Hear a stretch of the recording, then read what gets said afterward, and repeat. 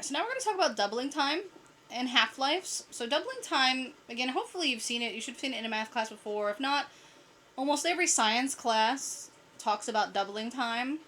Alright, the doubling time is basically what it sounds like. It's the amount of time it takes a quantity to grow to twice its size. So a simple example here is, suppose after 5 years, alright, suppose that you had 10,000, I didn't say dollars, but suppose you had $1,000, and after 5 years, it grew to 2,000.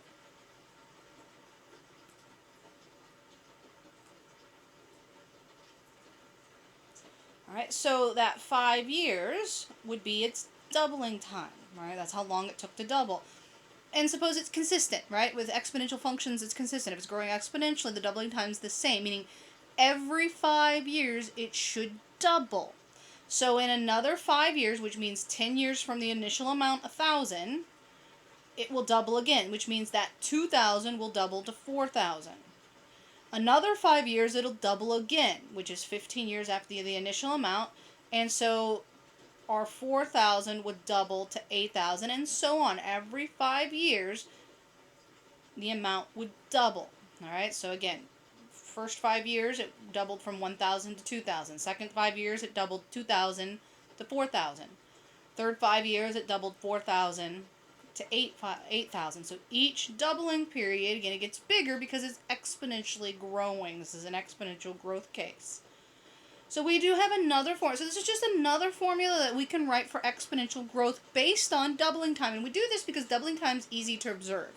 That's why it's used a lot in science, right? Science, you can observe when something doubles. And so when something doubles and it's consistent in its doubling period, we can set up a formula based on the double time. Right? So, suppose D is the doubling periods. How many times something doubles. Right? The total number of doubling periods. So, our future amount, our new amount, would equal the initial amount times 2 raised to the doubling periods. Alright? Or using our Q's, quantity in the future equals quantity not, which means initial value, times 2 raised to the doubling periods. The doubling periods come from how far in the future we want to go divided by the doubling time. And so a simple example, I'm going to give it here below. So there's actually 2 ways you can write the formula. Alright, you can write the formula initial amount times 2 raised to the doubling time. Or if you know your doubling time, it's the years over, or time, I guess I should say, because it's not always years. It's the years, or time, divided by your doubling period. Alright, because time doesn't necessarily have to be in years. It could double in days, minutes, seconds, hours, whatever. So I'm going to let T represent the how far into the future we want to go. So the time elapsing. So another way you could write it is our initial amount times 2 raised to the time over our doubling period. All right, that's another way you can write it. All right, so just kind of put that in an example here. Suppose, again, this is the same example I did above. Suppose I start with an initial amount of $1,000.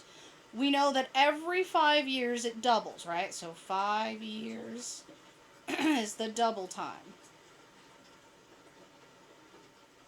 All right, and so to get D, it's the time in years divided by 5, right? That's the doubling periods. It's the T divided by 5 gives me my number of doubling periods.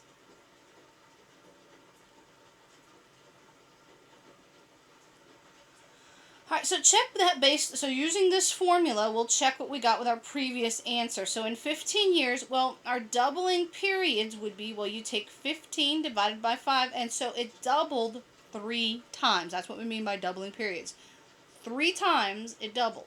That's what, again, the D means.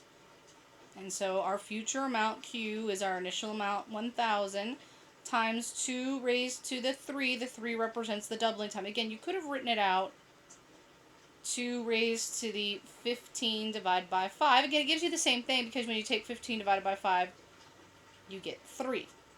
And the quantity comes out 8,000. And if you go look, so 15 years after the initial amount, when I did it step by step, that was this last amount here, right? in 15 years, 1,000 grew to 8,000 because it doubled 3 times.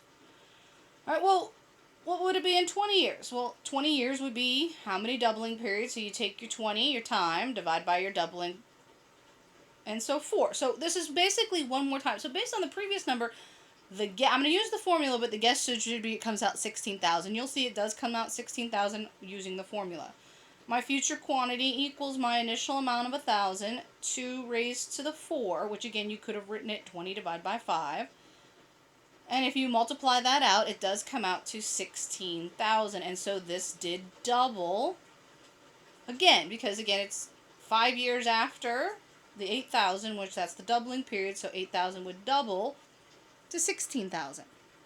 Alright, so let's do some more applications based on doubling time.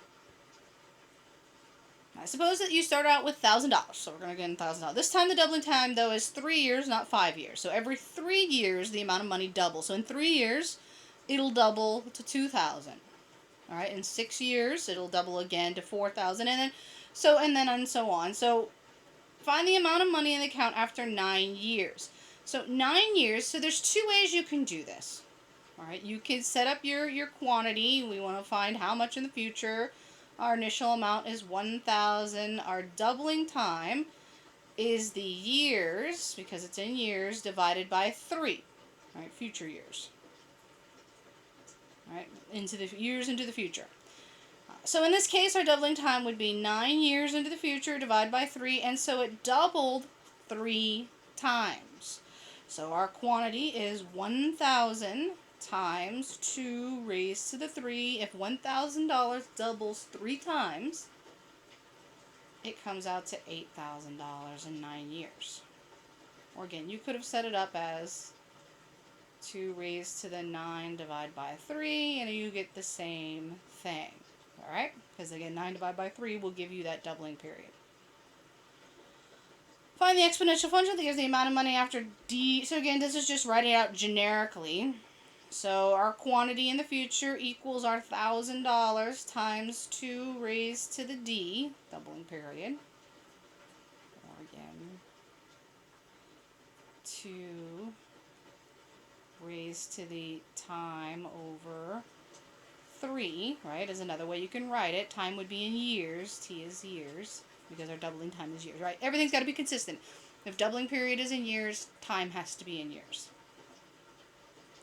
All right, find the amount of money in 12 years. So again, you could find your doubling time first. Doubling time would be 12 over 3, and so it doubles 4 times. So the quantity is 1,000, 2 raised to the 4, or again, you could have plugged it in, 1,000, 2 raised to the 12 over 3. It gives you the same thing because 12 over 3 gives you the 4. Right? Grows to, again, this is a lot like the first example. It's just now I'm giving it money. All right, the last one is 17 years. So this one, you are going to leave it in the fraction format because you don't want to round anything until this is true for this entire class. You don't want to round anything until the end of the problem. So if we're going to write out our doubling period, it would be 17 divided by 3. Well, 17 divided by 3 does not come out evenly. So leave this exact. Do not round until the end of the problem. So our future quantity is 1,000 times 2 raised to the fraction, 17 years over our double period, 3 years. If you round, you'll be significantly off, and on the homework and the test, you will get wrong answers because rounding an exponential is a significant rounding error. All right, it's not a small rounding error; it's actually a big rounding error. So do not round it to the end of the problem. All right, so when you multiply that out, it comes out to $5,079.83 in 17 years. That doesn't seem right. Let me try that again on my calculator. I must have missed a 0, I'm going to guess.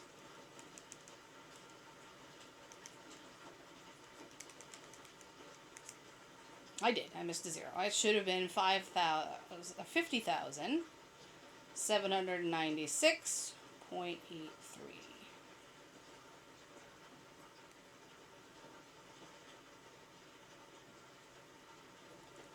Alright, so that's what it grew to in 17.5 years. Next example. Nope, half-life. So we'll do half-life in the next video.